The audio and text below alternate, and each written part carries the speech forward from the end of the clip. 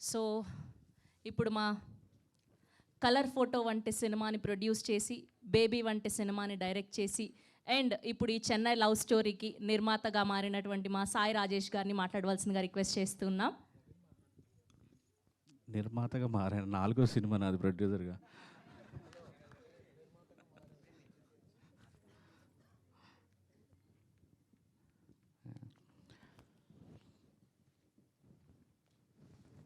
బ్లాంక్గా ఉంది.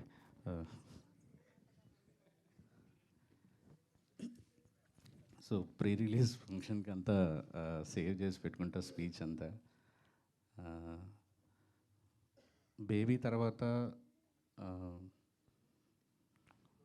డబ్బులు వెనకాల పరిగెత్తలేదు. మళ్ళీ ఒక సాటిస్ఫాక్షన్ ఉంది ఆ సినిమా ఆడినన్ని రోజులు, ఒక 30-40 రోజులు. అలాంటి ఎక్స్పీరియన్స్ మళ్ళీ కావాలని కోరుకొని ఒక మనసుకు నచ్చిన ఒక కథ రాసుకున్నాం. చాలామంది రైటర్స్కి ఒక ఫీలింగ్ ఉంటుంది ఏంటంటే, మనం చాలా ఇమాజిన్ చేసుకొని రాసుకుంటాము. సో అది వేరే డైరెక్టర్ చేతిలో పెట్టినప్పుడు ఎంత లేదన్నా ట్రాన్స్లేషన్లో కొంత పోతుంది. సో అందుకే ఎక్కువ మంది రైటర్స్కి తమ కథలు తామే డైరెక్ట్ చేసుకోవాలని రైటర్స్ డైరెక్టర్లుగా మారుతుంటారు. ఏం చేసినా సరే ఖచ్చితంగా అది ఎగ్జాక్ట్గా ట్రాన్స్లేట్ అవ్వదు అనేది నమ్మే వాళ్ళలో నేను కూడా ఇన్ని రోజులు ఉండేవాడిని. నేను వారం క్రితం ఫస్ట్ హాఫ్, సెకండ్ హాఫ్లో ఆల్మోస్ట్ హాఫ్ పార్ట్ చూశాను. అండ్ నిజం చెప్తున్నాను, హార్ట్ఫుల్గా నేను నిజంగా ఈ కథని ఇంత బాగా తెలియను. రవి ఫస్ట్ హాఫ్ ఇంటర్వెల్ టైంకి నా కళ్ళల్లో నీళ్ళు, అంటే నేను రాసుకున్న కథే అవ్వచ్చు కానీ కళ్ళల్లో నీళ్ళు గారిపోతున్నాయి ఇంటర్వెల్ చూస్తుంటే. నేను అదే ఎడిటర్ సంతోష్ గారు కూడా ఉన్నారు సాక్ష్యంకి. రవి నిజంగా నేను కూడా ఇంత బాగా తీయలేను రవి, బేబీ కంటే మంచి సినిమా తీసావు రవి, హార్ట్ఫుల్గా చెప్పాను. Thank you Ravi.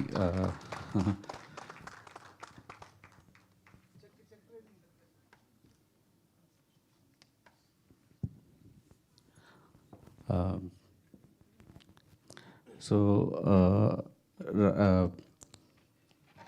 ఇంత అంటే బేబీకి నాకు చాలా హెల్ప్ చేశాడు రవి. నేను ఆ టైంలో అంటే నన్ను నేను ప్రూవ్ చేసుకోవాలని విపరీతంగా 5 గంటల సినిమా తీసేశాను. దాన్ని ఎలా కట్ చేయాలో తెలియదు. రిలీజ్ డేట్ అనౌన్స్ చేసేసారు. నేను ఎడిటింగ్ రూమ్లో ఉండాల్సి వచ్చేది, మ్యూజిక్లో చేయాల్సి వచ్చేది, చిన్న చిన్న ప్యాచ్లంతా మిగిలిపోయింది. సో ఒక రకంగా రవి వచ్చి సేవ్ చేశాడు. అంటే 3 అవర్స్ దాన్ని తీసుకురావటంలో, ఒక 2-3 డేస్ ప్యాచ్ వర్క్ చేయటంలో, నాతో పాటే సౌండ్లో, డిఐలో. సో నాకు ఎక్కడో కృతజ్ఞత ఉండిపోయింది రవి మీద. రవి ఈ సినిమా నువ్వు డైరెక్ట్ చేయి రవి అని నేనే రిక్వెస్ట్ చేశాను రవిని. సో నిజంగా ఆ గ్రాటిట్యూడ్ వల్ల నేనే మళ్ళీ లాభపడుతున్నాను. Thank you Ravi. You made a great film, your a great storyteller. Maybe ఇది ఇప్పటికిప్పుడు మీకు కొత్త డైరెక్టర్ కాబట్టి అనిపించలేదు, కానీ ఒక 1 ఇయర్ తర్వాత ఈ స్పీచ్ నేను చెప్పిన మాటలు మళ్ళీ మీరు రివైండ్ చేసుకుంటే రవి ఎంత ఒక గొప్ప దర్శకుడు అనేది మీకు అర్థమవుతుంది. Thank you Ravi. అండ్ నాకు ఈ కథ రాసుకున్న తర్వాత నాకు సినిమాలో చాలా ఈక్వల్గా, చాలా స్ట్రాంగ్గా, హీరోతో సమానంగా ఉండే ఒక సినిమా మొత్తం ఒక రకంగా స్టార్టింగ్ ఫ్రేమ్ నుంచి ఎండ్ ఫ్రేమ్ వరకు హీరోతో సమానంగా ఈక్వల్గా మోయాల్సిన పాత్ర నాకు విపరీతంగా సెర్చ్ చేశాం. అండ్ మన దగ్గర కనిపించలేదు, కానీ ఒక తమిళ సినిమాలో తెలుగు అమ్మాయిని చూసిన తర్వాత సో ఇమీడియట్లీ తను పిలిచాను. గౌరీ, చాలాసార్లు ఏడిపించావు సినిమాలో, సెట్లో కాదు. లైక్ నెక్స్ట్ ఇలా లాస్ట్ ఇయర్ ఫిలింఫేర్ తమిళ్లో తీసుకున్నావు, ఇయర్ తెలుగులో తీసుకుంటావు, డ్యామ్ షూర్. అండ్ అనంత్ గారు, కొన్ని ఫ్రెండ్షిప్స్ మనం అట్లాగా ఇండస్ట్రీలో కొన్ని ఫ్రెండ్షిప్స్ గర్వంగా ఇట్లా ప్రౌడ్గా ఫీల్ అయ్యి, అంటే నేను ఒక డిపార్ట్మెంట్ గురించి, ఒక క్రాఫ్ట్ గురించి నేను పట్టించుకోకర్లేదు. నాకు ఒక మంచి బెస్ట్ మనిషి ఉన్నాడు నా దగ్గర. నేను ఆయనకి కథ చెప్తే, నేను ఒక సిచ్యువేషన్ ఎక్స్ప్లెయిన్ చేస్తే నాకు చాలు, ఇంకా నేను దాని గురించి బోదర్ చేయక్కర్లేదు. అంటే నాకు బేబీకి రాసిన, ఈ సినిమాలో 7 పాటలు రాసిన, నేను ఒక పదమో 2 పదాలు చేంజ్లు అడుగుంటానేమో కానీ ఏ రోజు ఒక వాక్యం మార్చమని కూడా అడగలేదు. Sir, love you sir. అది అంటే మాటలు పూర్తిగా చెప్పలేకపోతున్నాను కానీ I love you so much sir. Thanks for being in my career actually. And Dheeraj, happy birthday Dheeraj. అది వర్ గ్రేట్ ఫ్రెండ్. బేబీతో, అంటే తన కెరీర్ ఎప్పటి నుంచి స్టార్ట్ చేసిన బేబీతో ఒక టర్న్ తిరిగింది. చెన్నై లవ్ స్టోరీ ఖచ్చితంగా ఒక పెద్ద లార్జ్ స్కేల్లో తను తీసుకెళ్తాడు ఫర్ షూర్. అండ్ బియాండ్ మా ఫ్రెండ్షిప్, ప్రొడ్యూసింగ్ పార్ట్నర్ కంటే, డిస్ట్రిబ్యూటర్ కంటే, ఎగ్జిబిటర్ కంటే కూడా ఒక great friend Dheeraj. Thank you Dheeraj. And ఈ సినిమాకు కూడా మాకు డబ్బులు ఎలా తీసుకొచ్చి పెట్టామని కోరుకుంటున్నా, ఎక్స్పెక్ట్ చేస్తున్నా. అండ్ మా ఎస్కేఎన్ గారు, యా, ఇద్దరం కలిసి ట్రావెల్ చేస్తున్నాం. నేనంటే ఒక బ్లైండ్ నమ్మకం. ఆ బ్లైండ్ నమ్మకం వల్లే నేను ఇంత మంచిగా ప్రశాంతంగా నేను అనుకున్నది చేయగలుగుతున్నాను, ఏ ప్రెషర్స్ లేకుండా.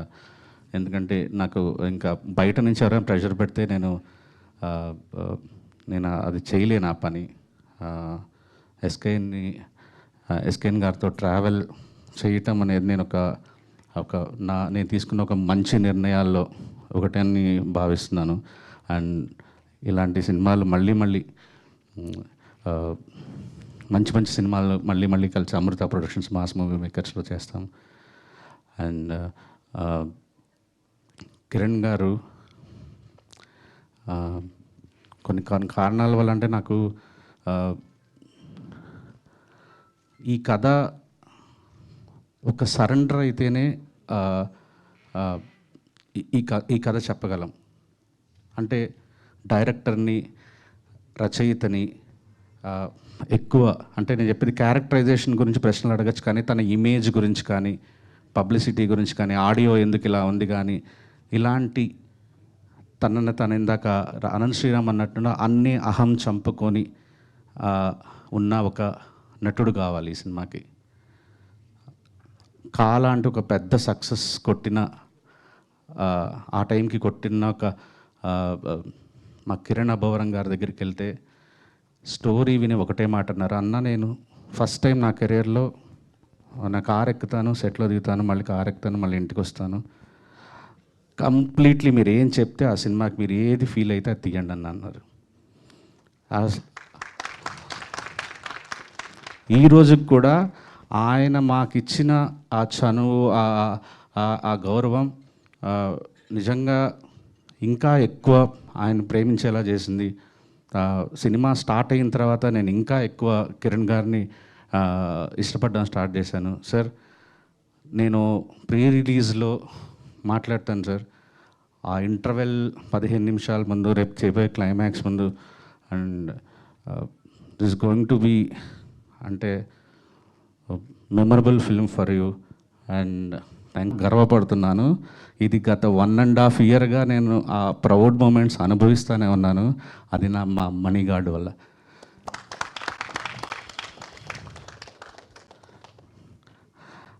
నేను బావగారు బాగున్నారా సినిమా అర్చనా థియేటర్లో చూశాను. ఒక 8 సార్లు చూస్తుంటాను. చూడాలని ఉంది సినిమా. నా జీవితంలో నేను ఎక్కువ సార్లు చూసిన 23 సార్లు చూశాను. కేవలం బ్యాక్గ్రౌండ్ స్కోర్లు వినడానికి, ఆయన బ్యాక్గ్రౌండ్ స్కోర్లు వినడానికే. ఆ రోజుల్లో వేరే సోషల్ మీడియా అవైలబిలిటీ లేదు కాబట్టి ఉత్త బ్యాక్గ్రౌండ్ స్కోర్లు వినడానికే థియేటర్లో టికెట్ కొనటం, వెళ్ళటం, బ్యాక్గ్రౌండ్ స్కోర్లు పాడటం, టికెట్ కొని బ్యాక్గ్రౌండ్ స్కోర్లు వినడం, ఇదే పని, అడిక్షన్.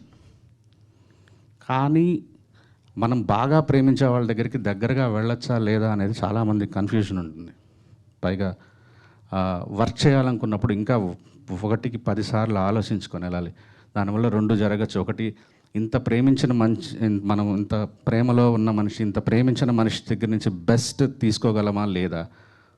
2, ఉన్న ప్రేమ ఎక్కడ పోతుందా. ఇలాంటి ఒక కన్ఫ్యూజన్ మధ్యలో మహతి స్టూడియో మెట్లెక్కాను నేను.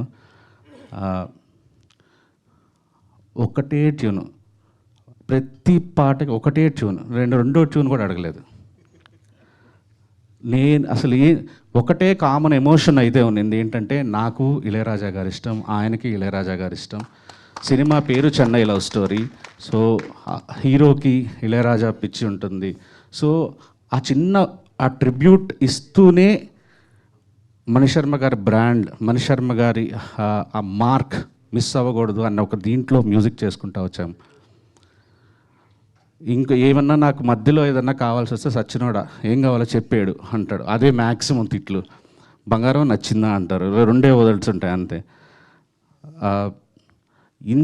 ఇంత ఫ్రీడమ్ ఒక మనిషి, ఒక్కొక్క కరెక్షన్ నేను విపరీతంగా నష్టపెడతాను మాస్టరింగ్లో, మిక్సింగ్లో అందరినీ. అలాంటిది అసలు నాకు ఆలోచిస్తే ఏమీ అడగలేదు. ఎందుకు అడగలేదంటే నాకు తెలిసిన, అరే పెరిగిందంతా ఆయన మ్యూజిక్ నేర్చుకొని అది మిగతా వాళ్ళకి మీరు అలా చేయండి అని చెప్పడానికి కావాలి. కానీ నేను పనిచేస్తున్నదే మణిశర్మ గారితో, ఇంకా నేనేంటి కరెక్షన్స్ చెప్పేది. అసలు మీరు నమ్మండి నమ్మకపోండి, there is no second other tune like, అంటే రిజెక్ట్ చేసిన ట్యూనే లేదు అసలు ఈ సినిమాలో. సార్ మీరు మొన్న డిటిఎస్ థియేటర్కి వస్తే నేను ప్రొడ్యూసర్గా అలా నిలబడుకుంటే మీరు వచ్చి డిటిఎస్ కరెక్షన్స్ అవన్నీ చేస్తుంటే చాలరా అమ్మ జీవితం, సినిమా తీసేసాను మణిశర్మ గారితో అనుకున్నాను సార్. అసలు thank you so much Guruji, thank you.